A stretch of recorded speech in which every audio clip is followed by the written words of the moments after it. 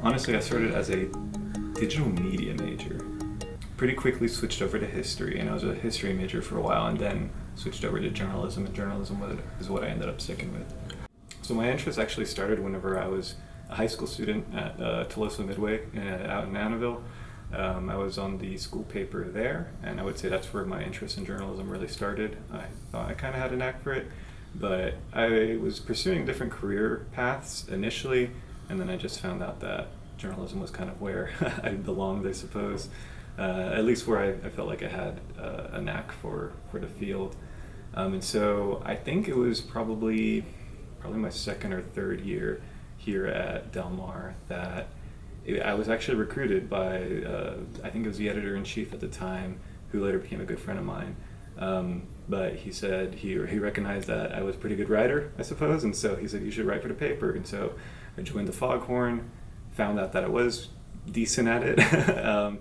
So I ended up doing a lot of stories around like history, because I transferred over from being a history major. I did one story in particular I think about a lot, is about these newspapers that this one professor, a history professor here had, that were old Chicano movement newspapers, and he kind of gave me free rein to like look through them, and that just really jarred my imagination. And so I ended up writing a story about that. I had the advantage of having a really great advisor in Robert Meilenberg and the student advisor in Scott Beckett. They both kind of just, through their experience in the journalism field themselves, kind of really invigorated the staff to kind of punch above our weight, which is one thing like in general that Del Mar does a good job in. As a community college, really just feeding really high quality academics. And I think that's shown a lot on the Foghorn. They really taught us a lot about, just improving our writing, improving our editing skills, getting us ready for the industry. And Meilenberg in particular was a really good advocate at, steering us into different areas of the industry. Yeah, when I was here at Del Mar, I ended up getting a job there at the Caller-Times.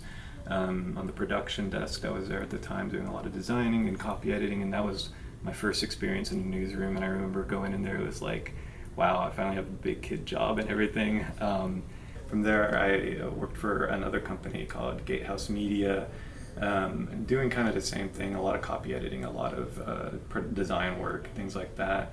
So after Gatehouse Media, I wanted to kind of just see what else was out there in terms of my career, and I kind of took a leap of faith when the things of the pandemic kind of died down a little, and I moved to Austin, where I tested out the job market there. I eventually landed a job at the Texas Standard. So my official title there is digital producer. On paper, a lot of that means is like I handle things on the website. I like to say that I bring broadcast stories to life on the web. That consists of finding good art for it, or making my own art for it in terms of designing graphics and things like that.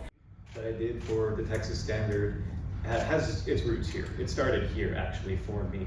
The cool thing is that story has roots here at Del Mar College. I was a student journalist when I first, met someone at a Cesar Chavez March that I was covering for the Foghorn, and interviewed this person who first told me about the Texas Farmworkers Union, this organization that I had never heard of, despite like coming from a background, my family on my mom's side were migrant farm workers, and so that was always like history that I was interested in, right? So to find this link that was very rooted in South Texas that I had never heard of made me kind of for years kind of really interested in it. And I always knew I wanted to do something with the research that I'd done and the interest that I had with it. And it wasn't until I got to the Texas Standard that I found I kind of had the perfect opportunity to turn something around with it. The wonderful thing about the Texas Standard is they really gave me the flexibility to be creative and turn it into an audio documentary. What else can you call it but a full circle moment? It's really, I don't know, it feels cool because it's not like, I was invited, back by people who saw that story as something that's interesting, that's something people here would find interesting.